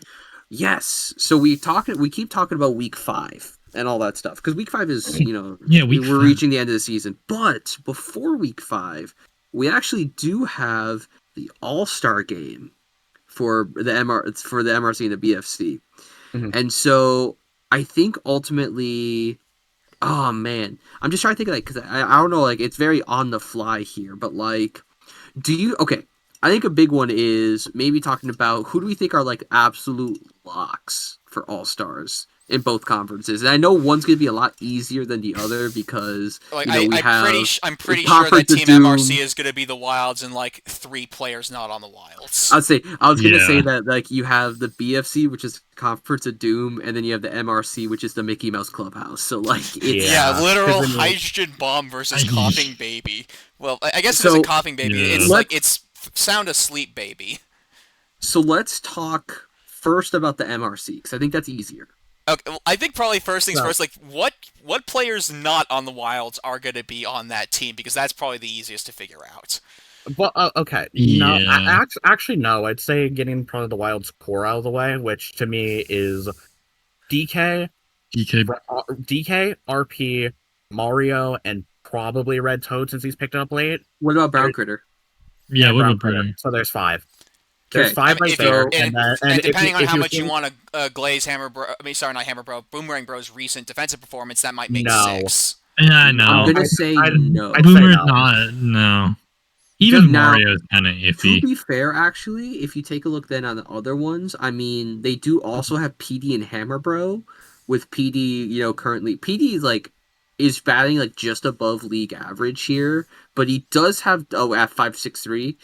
But he does have 10 home runs and 25 RBIs. It's actually tied with DK right now. Yeah, in terms of and also, stats. Him being shortstop and turning a bunch of double plays would be that, like, exactly. PD's getting in.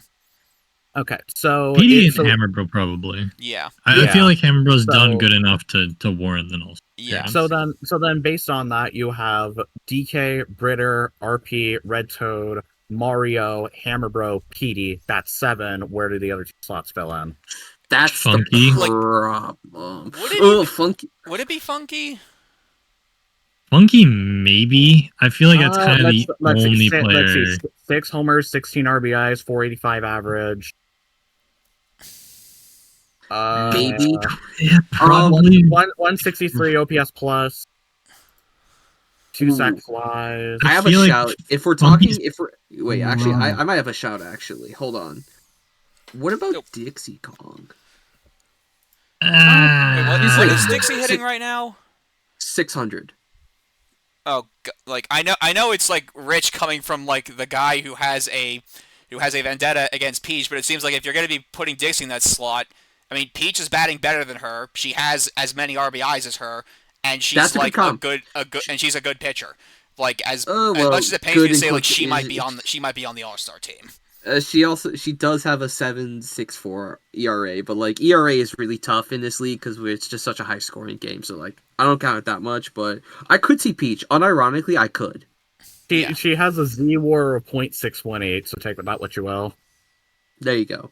So like I could see that. I could see Peach. No, yeah. 18 for 32, 5 RBIs, 5 double plays hit into.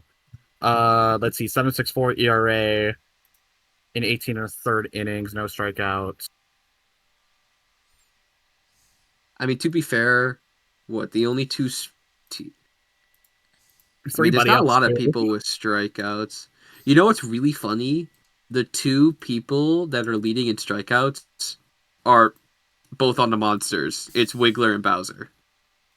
Bowser Jr.'s catching up. He has a whole 2. Yeah, Bowser has 7, by the way. Bowser has strikeouts? He got one today. He increased his production by 100. No, that's fair. Wiggler, I think more surprisingly, Wiggler has 4. Yeah, Wiggler is actually... I mean, pitching-wise, he's been innings sponge. He's been good, but not what you expect. Okay, that's fair. He's definitely an inning sponge, though, because he has easily the second most amount of innings pitched. That's BRC. Other conference. Wrong one conference. We're going off track. Yeah. Okay, so I think if we have to choose one, if we have to choose one for the Monarchs, it's either Funky or Peach. I'm going to more tip my cap to Peach.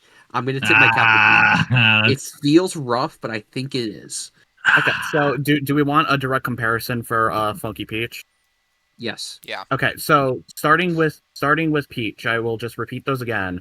18 hits and 32 at bats for 5.63 average, 5 RBIs, 5 double plays hit into, 18 and a third innings pitched, 20 earned runs for a 7.64 ERA, 11 star swings, 3 buddy outs, and all of her hits have been saved. Meanwhile, for Funky Kong, we have 16 hits, 33 at bats for 4.85 average. 1 strikeout, 1 double play hit into, 9 buddy outs, but 6 home runs and 16 RBIs for 35 total bases, and he has apparently hit 2 sacrifice flies. That is the best comparison you can get for Pete versus Funky Kong. And between those, I'd probably lean Funky, as boring as it is. Yeah. That feels like the boring pick, though. But yeah, okay. Funky is the entire offense for the Monarchs, and nobody else comes remotely close to having the impact. Seriously, I mean, like, I love Peach. I really do. She's my girl, but it's Funky. It's just Funky. Funky is like flop SMA.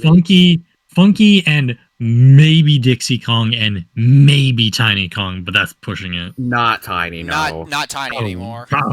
Yeah, no, not after that one game. Yeah. Two triple plays. Yeah. No, yeah. I mean, Dixie's a decent shout. 4 buddy outs, half a double play turn, 21 and 35 at bats for 5 RBIs, 2 double plays hit into.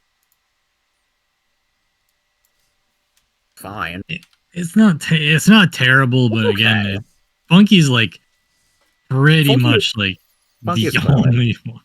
So then, based on Milo, yeah, well, Milo played one game.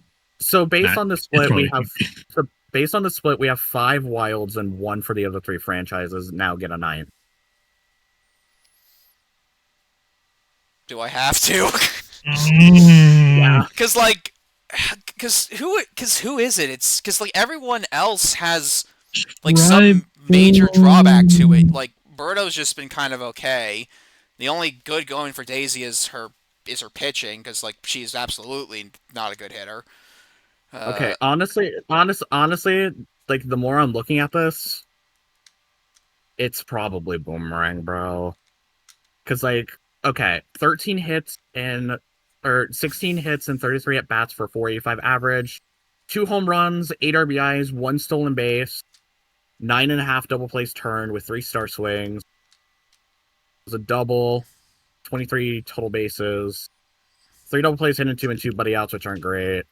But if that's really the best you have to offer, like Takes wild. I'm dead, bro. It's either Dixie or Boomerang, bro, which is it's so boring.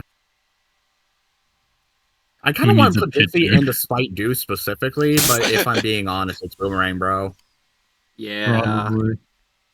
I feel like it's definitely going to be a Wilds dominated all-star team.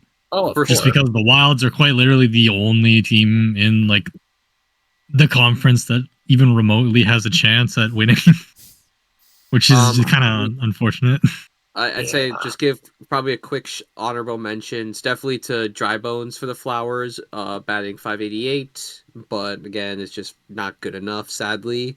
And then also I would say the other honorable mention to either Funky or Peach, whoever doesn't make it. We'll say Peach during this because she has been surprisingly good. Oh yeah, Peach has been way better than expected, especially for basically being captain at pitch. Also, a captain at pitch, she's done way better than expected. Absolutely. Also, BP. Oh yeah, I was actually considering BP as well, but I think BP. Yeah, I think BP slipped my mind because I think he's only played like 1 game for the Monarchs. 2. 1 or 2. Yeah, for sure. Like 2 games and hasn't done like incredible through those 2 games, but also not like it's not as bad as it could be. Yeah. Oh no, 100% no. All right. So based on that, just to real quickly review, just so everybody's on the same page, our ballot for MRC in order of team that they are part of: Donkey Kong, Brown Critter, Red Pianta, Red Toad, Mario, and Boomerang Bro, all on the Wilds. Then you have PD Piranha of the Eggs, Hammer Bro of the Flowers, and Funky Kong of the Monarchs. Honorable mentions belonging to Gray Dry Bones, Princess Peach, Blue Pianta, and Dixie Kong. That all sounds good. All right. Let's get into the fun. Yeah. Okay. So the one where we have to like actually think about this. Okay. Let's just get it. Let's just get it out of the way. The big names for the franchises. So Fire Bro, A-Rule, Red Critter, and Bowser. Just the big name for all 4 franchises. Get that just straight up. Just do that. Like, let's just get that out of the way. Let's be so honest with ourselves. Okay. Now we start yapping because now is when it gets fun. How do we do this? We only have 9 spots. Yeah. my biscuit's too buttery. Literally. Yeah, there's too much talent. You have so many options, man. There's so many options. Okay, Luigi. Luigi. That's what I was about to say too, because just the fact that it's the kind of pitcher like other teams are just like, I do not like facing him. It is not fun. Like it is the equivalent of like unironically facing Luigi in Smash Ultimate, where it's just a matter of like, I messed up once. I get like grab combo to like 100%, or I just die. Except in this case, it's the fuck you ride. Yeah, exactly. So no, I'm down for that. I'm down for Luigi. He's the best pitcher in the league right now. I'm down for that. 100%. Oh yeah, definitely. I mean, I want to give like a shout out to Green Critter because like he was before Hammer Bro woke up, he was like the only good thing on the Flowers, and now he's on a different team and he's doing good there too. So like he still has the stats to back it up. Yeah, 7 home runs, 21 RBIs, batting .579. Yeah, 22 for 38. Yeah, 22 for 38, 21 ribbies. Okay, so we have 5 right now. So we have 5. We have one for all teams except the Knights, who have 2. Yeah, correct. We have 4 more.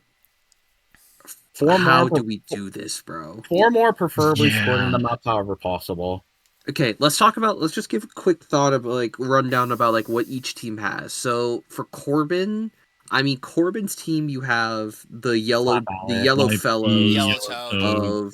of P-Toad Waluigi. or Yellow Toad and YP, who are both doing very well. And then Wario is probably, I think, has the second lowest ERA for the amount of innings that are pitched, but he's been batting pretty dog shit. And Waluigi's better at batting, but his pitching is a little worse. Yeah. I mean, honestly, I'd say Yellow Pianta, because if you look at what he has, he is hitting 22 for 37, 2 homers, 6 RBIs. He has 11 double plays turned with half a triple play since he was in the infield for so long. And he also has a buddy out recorded ever since he transitioned to outfield with the acquisition of YMAG. I'm down for that. I like YP. I think that's a good one. I think it's either YP or White Toad. Yeah, It's YP or Yellow Toad, and YP has been more impressive on both sides of the ball. Yeah, I agree. I do agree. I don't think there's going to be another MVP or another All-Star from Corbin's squad though. I also not much else. Not much else sticks agree. out. Because and considering the other teams here's have a the lot thing. more. Because we're doing this to make sure, because I think each team is going to have multiple. Each team's going to have 2 at bare minimum. But each team will have 2 bare minimum. It's the 9th spot that's be kind of weird. I mean, like, at least for the monsters, if, like, the stuff from earlier was said, then probably, Asher, I bet you're pushing for, like, Bowser, Wiggler, GDB. We'll talk later. Not right now. Yeah, we'll talk about that. Yeah, later. We'll cross that bridge when we get there. Yeah. But my main thing is, Predator, you could maybe make the argument for both. However, I do think because the fact that the other slap hitters in the rest of the conference are doing as good as they are, Corbin is really only going to get one of his slap hitters on it. So I think YP is the better answer. I think that's fair. Yeah. And so if anything, it's probably his defense carrying him because he did surprisingly well very out true. the middle. Hey, remember, Piantas are actually quite solid middle infielders. They're not bad. They're not good, but they're your best non-super dive option. Exactly. Okay. I mean, here's the thing: you're gonna have Firebro and Red Critter on that team. Like, there's your infield. True. Well, no shit. That's what we ran for 3 years. You'll be chilling. Okay. Let's move on to Spectro. I think Spectro's is BDB. Probably BDB. BDB because he's been a good slapper to set up for Firebro, and he's been a good outfielder. But BDB's stats. What about the pop of Darkbones though? The 4 homers, 11 RBIs. That was mainly carried by being the star player on the Monarchs. Yeah. And I mean he's been a fine pitcher, but like if it's between one of the bones, it's clearly going to be BDB because he has a superior batting stats. I mean, BDB's stats are just ridiculous for 23 for 38, .605, 6 RBI, 1 home run. 6 RBI. Yeah, and then let's see, 19 singles, 9 buddy outs, 3 star swings. Yeah, it's BDB. Yeah, it's probably BDB. All right, that was actually a lot easier. All right, let's talk about GDB versus Wiggler. Genuinely, I have no idea. I could make the argument for either. Yeah. I think it's just Wiggler. Just like not. I mean, GDB has probably been the better batter, but Wiggler has done more. Not even necessarily like good pitching, but just like taking innings as a hit. He's an inning sponge. Where it makes his stats look better. He's very much an inning sponge. He's an inning sponge. In terms of pitching, yes. Wiggler he might have near 10 ERA, but he's easily the second most innings pitched. Yeah. Yes. Mm-hmm. Like that top 5 is DK, Wiggler, Daisy, Edward, and then Cyber. Yeah. No, yeah, it's because I mean, even then, yeah, the only real area where GDB is like objectively like superior and like trumps Wiggler is just offensive production because he has 2 more home runs, which lets him also lead in RBIs.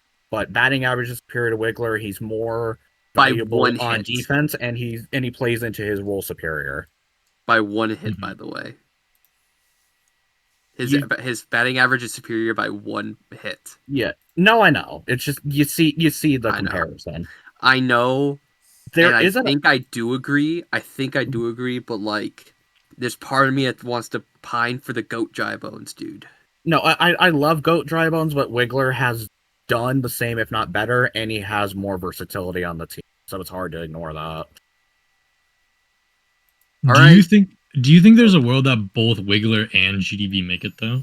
Yes, No, and I'm just about to talk about it right now. Yes, no, because Green Critter. I disagree. Green Critter was elite in both conferences, and he's still doing absolute baller numbers. You guys ready to argue now about number 9? You guys ready to argue? Okay, we gotta finish the 8 though. That's we like do. It's Wiggler. Well, the 8 is Wiggler. It's Wiggler. Yeah. So, okay, so that we agree on fight that. is between GDB and Green Critter. GB Critter. Okay, so what's our current 8 though? Like Wiggler. Kyra, Bowser, Okay, I got it. Yeah. I got it. So it is. We have 2 from each team so far. Firebro, BDB from the Rookies, K-Rool, Luigi from the Knights, Ritter, YP from the Muscles, and Bowser, Wiggler from the Monsters. Yeah, that's 8. Okay. Here's the 9. Okay, can we just say this beforehand? Let's get it out of the way. Whoever doesn't make it is getting snubbed because it's just. Whoever makes it is getting. Whoever doesn't make it is getting shortlisted on honorable mention. Unbelievably unlucky. This is literally 9 and 10. No, seriously. It is. If either of these were in the MRC, they would be easily one of the top 5 players in their conference. Yeah. Yeah. Like easy. If Green Critter was still on the Flowers, he would absolutely be on the MRC All-Star team. Oh, yeah. We would have this. He probably knocks Boomerang Bro out. Honestly, actually, good point. Hold on a minute. Does that factor in? Yes. The fact that he wasn't on. You're using it as a negative. Hold on, I am. No. Does that matter? Okay. No. Well, hold on a minute. No. Wait. No, because it hasn't mattered in the past before. Because if you remember in season 1, there were players that were traded before to teams, and it didn't make a difference if they were going to get in, just because they were on their different team for like a game or 2. And I thought that was something that happened recently, where there was a player that was on like in one conference I think so as well, the majority of the season up until that point, and then was traded at the deadline to a different one. I forget was Wiggler on the All-Star team last season? On the All-Star team? No. Okay, yeah, because like I don't know, because I remember that was probably I think the most high-profile one, like cross-conference trade. Well, I mean, yeah, definitely. Oh, and technically Wario was but neither of them made All-Star. I think both of them were shortlisted. But no, it's just like before. I don't know if it's ever been a situation where it's been cross-conference, but I remember specifically in season 1, it was like RP and Firebro got traded like a game or 2 before the deadline, and just because they were on a different team for like a game didn't really influence their All-Star eligibility at all, because that's more so the game's played. Well, what I'm saying is necessarily who you serve. Hold on a minute. Time out. I bring up the fact that it was cross conference because didn't you bring up earlier that you put because I brought up Dark Bones and then you said most of his stuff came from when he wasn't on your team. Yeah, that was specifically because because his actual raw power stats were boosted by being the star player on them for most of the season. It's different. Okay. Well, because I'm pretty sure was Gritter. Nothing. Green Critter never had the star.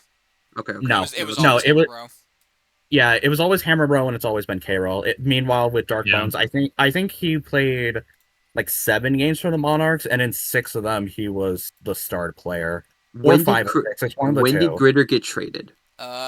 What game was his first one on Cyber's team? It's either 2 or 3. I want to say 2. Critter. So it was at least week 4, game 1. Yeah. The start of Rivalry Week. So let's take a look at how he's been doing. Rivalry Week after the win against it was after the win against the Monarchs that Akamos released the little video thing. So he has 1 week in the BFC. Yeah, a full slate. So today not today. So the previous game he went 2 for 4 because he has an error. He had an error. He got on because of an error. With the run driven in. For week, correct. The game against for the week 4 Cruiser? game 1, yes, he went 2 for 4 with 2 singles. I must have something wrong in the way that I recorded because I have him as and 3 then for 5. I mean he technically had a fit that but that was reached by error, and he also had 2.5 double plays turned on defense. Okay, and then today I need to figure out which play he I went consider an error because I need to double check that. Today he went one. He went 1 for 4 with the game-winning home run and half a double play turned. Correct. Can you imagine 3.5 turn today? What the fuck? Right. Right? Crazy. That's actually evil. Yeah, crazy stuff. Shout out Green Match. Damn, Dark Ones has actually been kind of a decent pitcher. What the hell? Yeah, dude, Dark Ones have been fine. Yeah, that's actually not too bad. Okay, yeah, that's an aside. So I say that though because if we look at it overall, he's played 2 games in the BFC and he's gone 3 for 8 with a home run. Mm-hmm. Is that enough to warrant a BFC All-Star spot?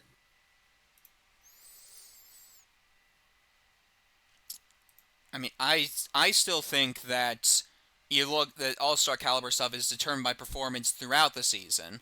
Because, I mean, if we're wanting to do that, we could be saying that, like, oh, well, Funky underperformed on the Wilds, and so therefore that means, like, he didn't really... I mean, we could say that. I could. No, yeah. If it's true for one, should be true for the other. I could say that, and if that is, then I would say that, and I'd use that for an argument for Peach. Sure.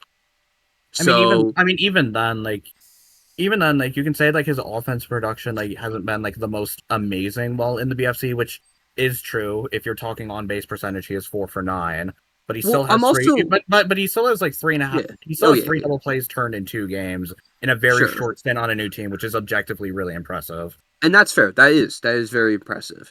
I say this though because like with the thing about Funky as well, because did he go from MRC to MRC or was it? He went from No, he stayed MRC no matter what. Okay, that's okay. So honestly, that would still be kind of like you could say Funky was like has the same stats overall because the same conference, but because of how much better the BFC is compared to the MRC, I feel like that does make a difference. I feel like it does for Critter's case. In that case, then, would you need to go back and reevaluate whether we can... Because I forget, like, did we say that, like, Yellow Toe was the one getting the second muscle spot, or was that Yellow Pianta? No, that was Yellow Pianta. Yellow Toad is probably going on the honorable mention list. Correct. Yeah. Mm-hmm. I guess that probably would strengthen your case for, like, being on the honorable mention list, because a lot of, like, the really high batting average happened while he was on the Flowers. I think it's still continued, but, yeah. He's gone. We can actually check this. What has Yellow Toad done? What has Yellow Toad done? Yellow Toad was traded in the same trade that Critter was traded, so... No, yeah. So 4 for 5 in the first game. And then 2 for 3 with a reach on error in the next one. So 6 of 8 batting average, 7 of 9 on base percentage ever since going to BFC for Yellow Toad specifically. Okay. Which is weird to think about. Yeah, right. That is pretty weird. It's like the Toads have been so inconsistent, but Yellow Toad has been the one constant. He's been a baller, and yet none are gonna. No, Red Toad, but that's just because the MRC is high-key ass. True. I don't know. So again, I just bring this up because like, I feel like it's worth mentioning. And again, whoever doesn't make it absolutely is number 10, and like is very much an honorable mention. Sure, but. Because it's just because I feel like we have to think about it in this way because it is so close and we have to like analyze multiple factors when it comes to predictions. And I feel like in this case, while usually it might not be a factor, in this case it is.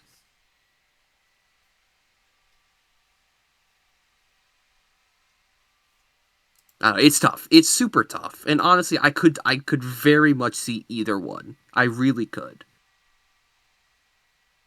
Because like, if you tell me that you're voting Critter over GDB, like I'm like, okay, sure. Or Critter over GDB, then sure, that makes perfect sense. I mean, one's gonna get snubbed, but it's not like it's ridiculous. Exactly. Again, it sucks, but like, yeah. Yeah. Although you're probably gonna be seeing a bunch of. Well, actually, no. Like, I would say you may be seeing like some meme pics from like some of the fans. For like the hype moments in Aura, but like the first one that came to mind for that was Goomba, but like I don't think Goomba's even going to be on the ballot despite his heroics in that one game. No. I mean that's why specifically the hierarchy goes like heavyweight GMs, good weight coaches, fans are winning it. No. What I'm saying is that like he won't even appear on the ballot. No, I know it's just in that hypothetical where the fans like do choose to fuck around or whatever. There's enough weight in the coaches and the GMs like getting priority and like actually trusted because like, hey, it's their players. They tend to watch the most. They're the ones that should get. They're the ones that should get the highest say for obvious reasons. I mean, I think he might be a contender in the fan favorite race this year, but not all star. I mean, even then, it's probably the drink is probably the winner at this point. Or the Erics, I could see that too. I don't think the drink has played a game in like the last 3 games. He's been benched the last 2, but he played 7. So okay, and yeah, because I knew that he was. I knew that like before the acquisition of Blue Critter, like he was second base. I just didn't remember if he was out for another game before that. No, yeah, we literally got Blue Critter to basically replace him entirely, which is the objectively correct call. Yes. All right, so after analyzing, after kind of just thinking about it like this, do you think it's Critter or GDB? Who gets number 9? Critter. Just due to defensive dominance on both sides of the ball and still having elite overall numbers. Just regardless of conference that he's in, and the fact that he's actually done really well on 2 teams. Put it down. It's more impressive. Okay. Put it down. It's not really my that life, dude. Fuck my life. GDB I know you're pushing ridiculous. I hate everything. Hey, no, I was advocating for Knight. So fuck me. I know you make good points, but I know you're mainly pushing that because it's your boy. Let's be honest. Which I get. Yes, of course.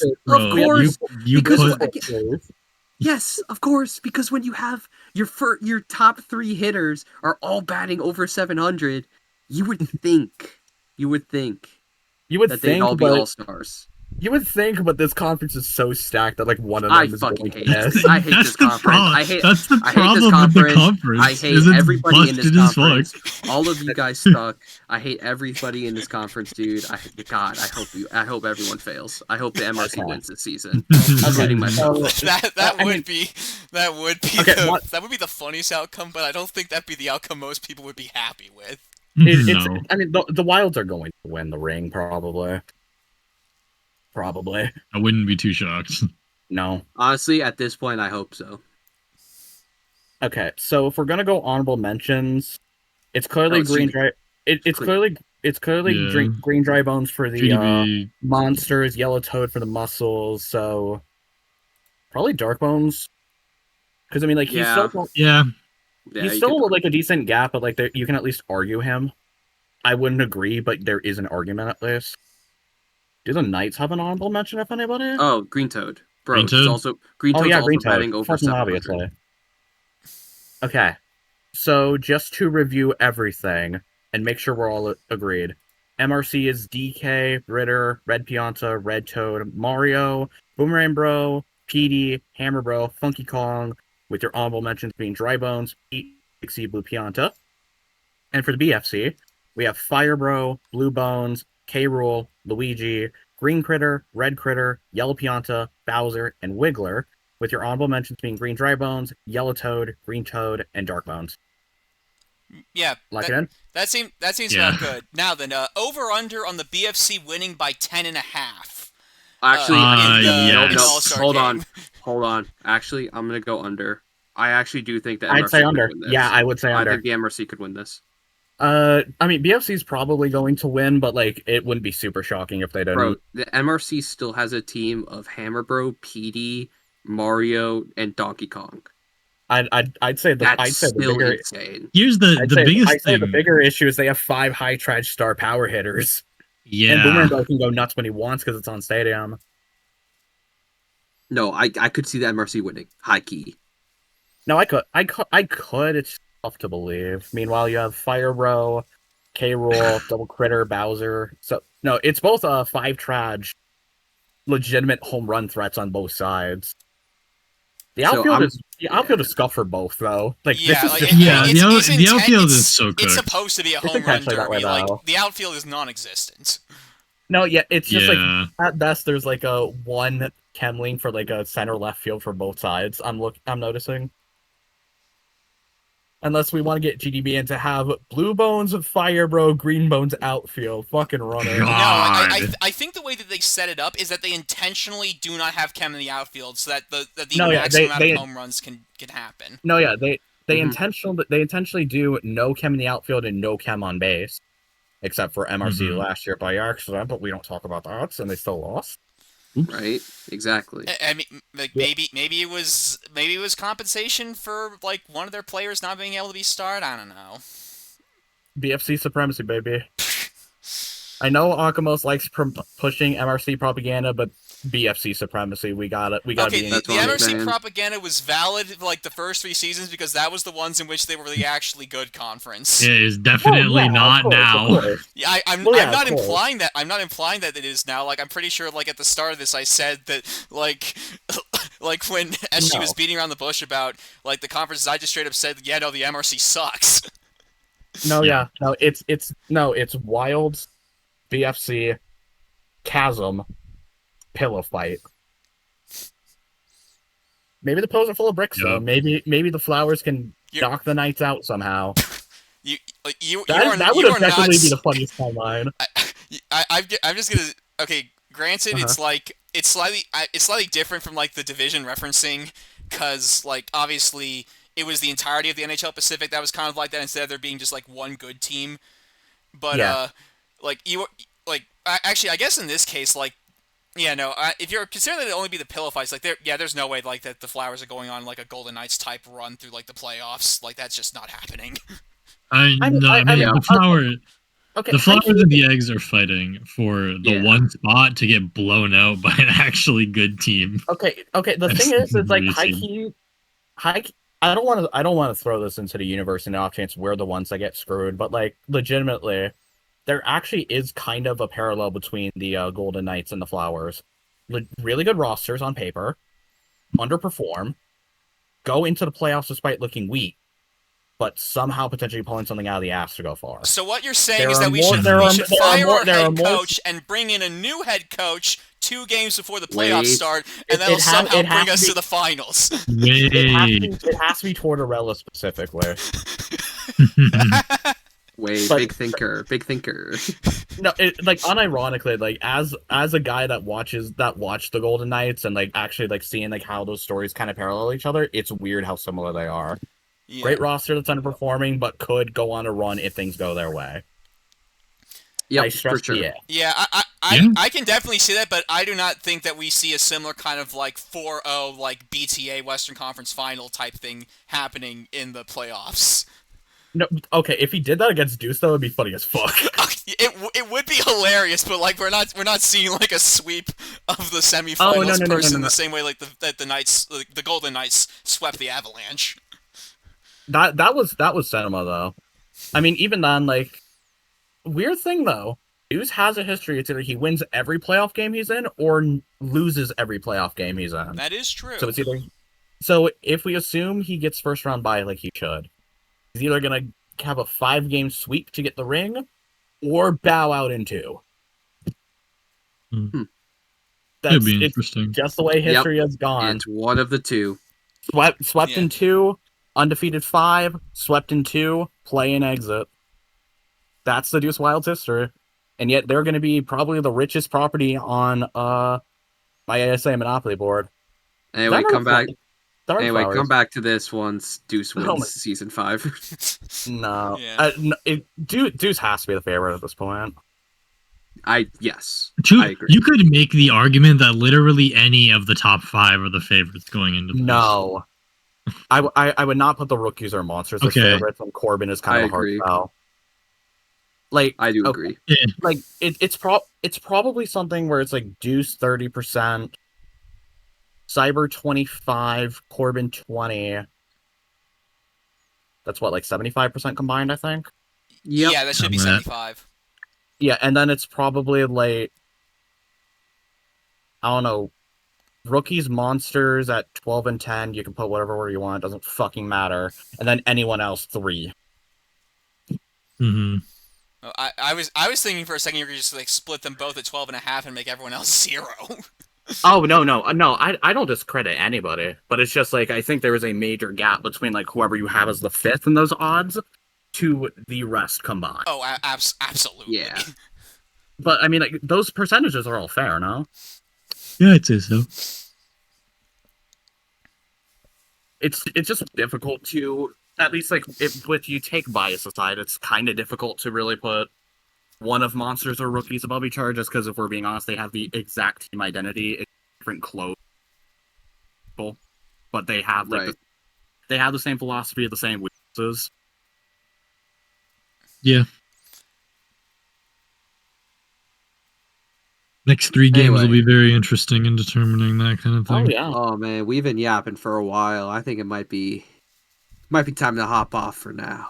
Yeah. What is it, like 2 hours? 2 hours, roughly. I can check how long Right. the recording's been going for. No, please do. Literally as we said that, it ticked over the 2-hour mark. Let's Holy fucking go. shit, bro. All right, let's get out of here, boys. Thank y'all for watching. Yeah. Go Thank you Rookies, all. Firebro MVP. Woo woo. Well, thank you guys for just like Stuck said, thank you guys for listening. If you guys want more content, well, hopefully, I think this is our first one, but hopefully we do plan on making more of these soon. Ideally, Hopefully. we're gonna get a little bit more what is it? Less yap and more structure. Streamlined. But, Exactly. you know, There'll be more We'll be more structure. streamlined. Exactly, into the Yeah, future. It is the ideally. first episode, so if you guys do enjoy, I mean, this is on what, your channel, Lemons? Yeah. Yeah, All right, if that's where we're gonna be posting it, then yeah.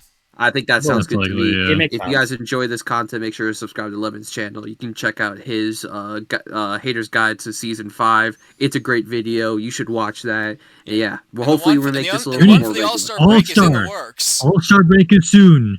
Yeah. Soon TM, shout out. Expect Soon that TM. probably this upcoming Friday.